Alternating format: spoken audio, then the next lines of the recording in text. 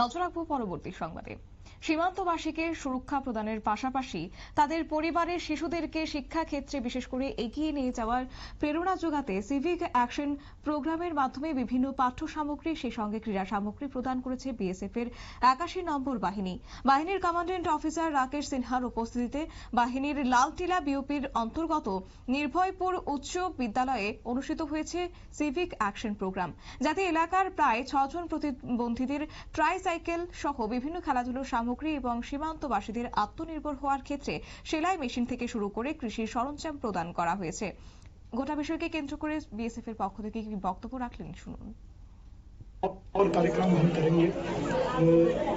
ये कार्यक्रम का मेन मकसद है कम्युनिटी इंटरफेस, गांव वालों के साथ एक सामंजस्य बैठाना, जहां हम सीमा की निगरानी करते हैं, गांव वालों के दिलों में सुरक्षा की भावना पैदा करते हैं, साथ में उनके साथ एक अच्छे संबंध भी बनाते हैं। आज यहाँ इस कार्यक्रम में हम एक मेडिकल सिविक एक्शन भी रखे हैं, जहाँ हमारे डॉक्टर दिनेश ज़रूरतमंद जो रोगी हैं इस गांव में उनको उनकी देखभाल करेंगे और साथ में दवा भी वितरित की जाएगी। आज यहाँ पर इस सिविक एक्शन में ग्राम के जो बच्चे हैं उन्होंने छोटे नन्हे बच्चों ने बहुत अच्छा कार्यक्रम किया और ऐसा प्रतीत होता है जैसे ये बहुत टैलेंटेड है, ये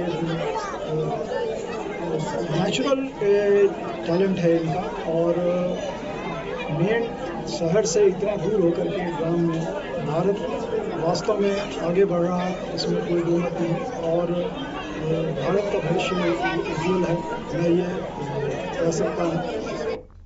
আপনারা শুনলেন এবং সেই সঙ্গে এই কার্যত আয়োজন প্রসঙ্গে বাহিনীর অফিসার রাকেশ সিনহা তিনি জানিয়েছেন এবং আগামী দিনে যদি কোনো ছাত্রছাত্রী সেনাবাহিনীতে যোগদান দেওয়ার ক্ষেত্রে প্রশিক্ষণ নিতে চায় তাহলে বাহিনীর পক্ষ থেকে তাদের প্রশিক্ষণের ব্যবস্থা করা হবে এবং যে সকল ছাত্রছাত্রীরা দারিদ্রতার কারণে লেখাপড়া করতে পারছে না তাদেরকে কোচিং নিতে আহ্বান জানিয়েছেন বিএসএফ এর কর্তা ব্যক্তিরা।